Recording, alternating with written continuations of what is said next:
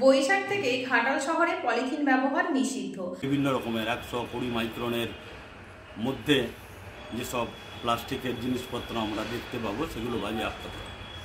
কিন্তু র্যালির পর, সচেতনতার পর যদি আমরা দেখতে পাই সেই ক্ষেত্রে আমরা বাজেয়াপ্ত করব এবং ফাইন। নমস্কার, স্থানীয় সংবাদের বিশেষ একটি খবরে আমি অদিতি পান। নতুন বাংলা বছরেই ঘাটাল শহরে 120 মাইক্রনের নিচের সিঙ্গেল ইউজ পলিথিন সম্পূর্ণভাবে নিষিদ্ধ হতে চলেছে।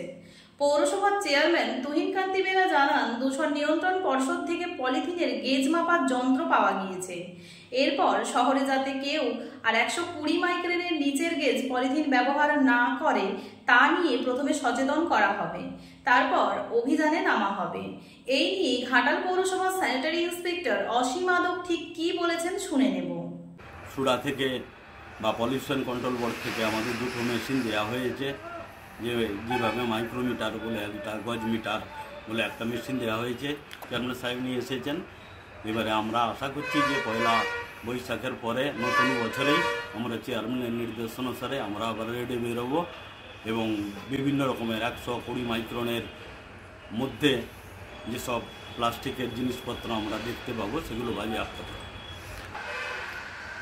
মানে স্টক হোল্ডার অর্থাৎ যারা মজুতকারী এবং যারা ব্যবসায়ীরা কোনো ক্রেতাকে প্রদান করছেন, ক্রেতার 50 টাকা আর যিনি প্রদান করছেন বিক্রেতা ওনাদের 500 টাকা করে ধার্য করা হয় সরকারি নির্দেশক অনুযায়ী। এই থিকনেসের মধ্যেই কিন্তু ফাইনটা হবে। ধরুন সেটা যদি আমরা 121 মাইক্রনের পুরুত্ব পেয়ে যাই, মাইক্রোমিটার যদি বলে যে 121, সেখানে কিন্তু আমাদের ফাইন হবে না। এখনও পর্যন্ত এই নির্দেশ।